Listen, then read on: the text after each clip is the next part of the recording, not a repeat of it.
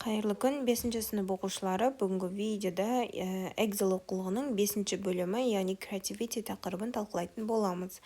Ендеше сабақты көріп бастамас бұрын каналға тіркеліп аламыз оқушылар. Бірінші жаттығу. Exercise 1. Look at the pictures. Суреттерге қара дейді. Listen and repeat. Тыңда және қайтала. What are these creatures in your language? Мұна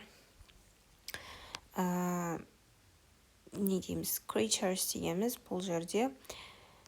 Мына бейнелер, яғни сенің тіліңде қалай аталады дейді, мына жануарлар немесе. Біріншісі, hippogriff. Hippogriff дегеніміз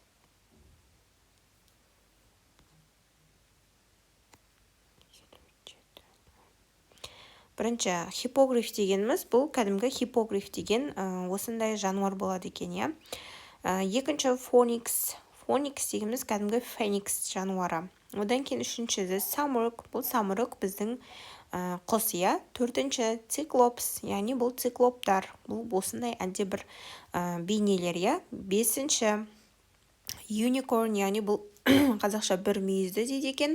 Ал орысшасы бәріміз білетіндей единорог, Алтыншысы dragon, яғни айдаһар, дракон деп айтсақ болады, Бірінші тапсырмада жазатын тапсырма жоқ, оқушылар, сендерге түсінікті болу үшін аударма жасап бердім, Енді екінші, exercise 2, listen, repeat and point to, яғни тыңдаймыз, қайталаймыз, одан соң мына сөздердің мағыналарын түсінеміз, A thick mane дейді, бұл қалың жал.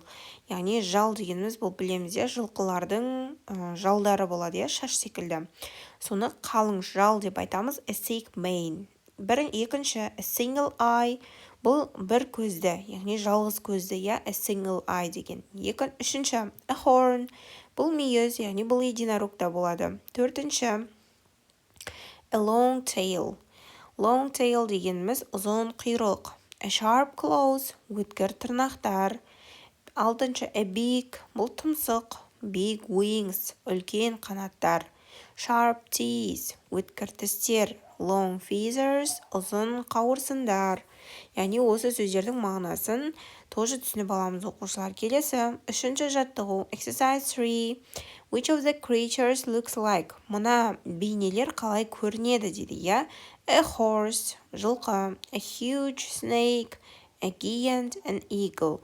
Осыларды біз сипаттауымыз керек, Енді бұл жерде a hippogriff looks like a horse and an eagle.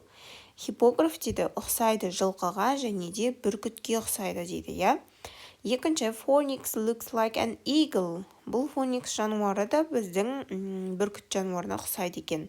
Құсына дегенім. Үшінші, the samuruk looks like an eagle. Самұрық та біздің бүркітке ұқсайды екен, Төртінші, cyclops looks like a giant. Бұл гигантқа ұқсайды дейді. Бесінші, a unicorn looks like a horse. Единорог бізде жылқыға ұқсайды дейді. A dragon looks like a huge snake. Дракон, яғни айдаһар, ол өте үлкен жыланға ұқсайды дейді, Осылай жазып аламыз, оқушылар. Келесі төртінші жаттығу. Exercise 4. Describe the creatures, яғни мынау бейнелерді біз сипатта дейді, Мағынасын ашып сипаттап жаз дейді, яғни бұл жерде the centaurs, яғни unicorn, centaur дегендерді сипаттау керек, Енді бұл жерде the centaurs in mythology were wild, dangerous beasts. The centaurs in the Harry Potter books were intelligent and could see the future. Both types of centaurs lived in the forest, and both had one special centaur who has a teacher. The phoenix in mythology and the phoenix in the Harry Potter books were not different at all. They could both heal with their tears and burst into flames and he burned again from the ashes. The chimera in ancient Greek mythology and the chimera in the Harry Potter books were both dangerous. Осылай мағынасын ашып жазып шығамыз, оқушылар. Келесі 58-ші бет, бірінші жаттығу.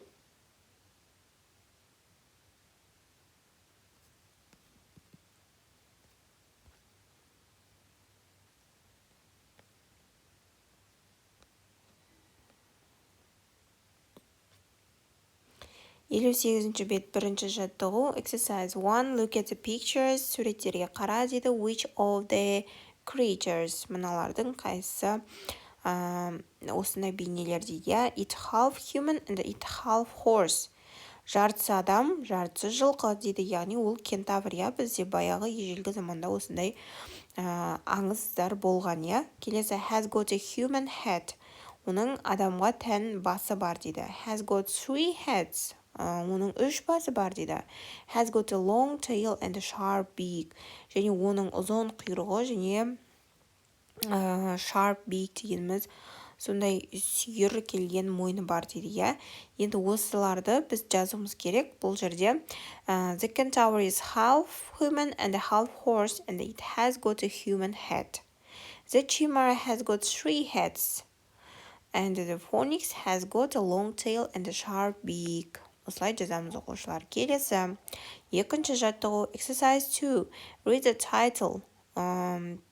Тақырыпты оқы дейді. And the introduction to the text. Who's Harry Potter? How are these creatures related to him? Бұл жерде, яғни қайсы Гарри Поттерға жатады, және де соны жазуымыз керек. Listen and read to find out дейді. Тыңдаймыз және де соны мұқият оқимыз дейді. Енді біз осы кентавр жайында, фоникс жайында, чимера жайында оқып шығайық, Бірінші. Centaurs were half human and half horse. They were from the mountains and the forests of central Greece. They were wild, dangerous beasts except for one Chiron who has as astronomer and a famous teacher of medicine.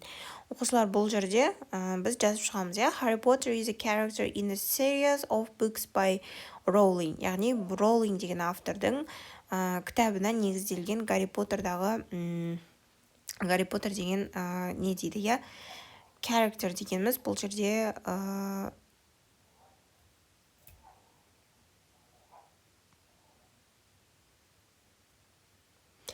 келесі, the mythical creatures in the pictures are related to Harry Potter because they are in the books about him. Деп осылай жауап береміз оқушылар.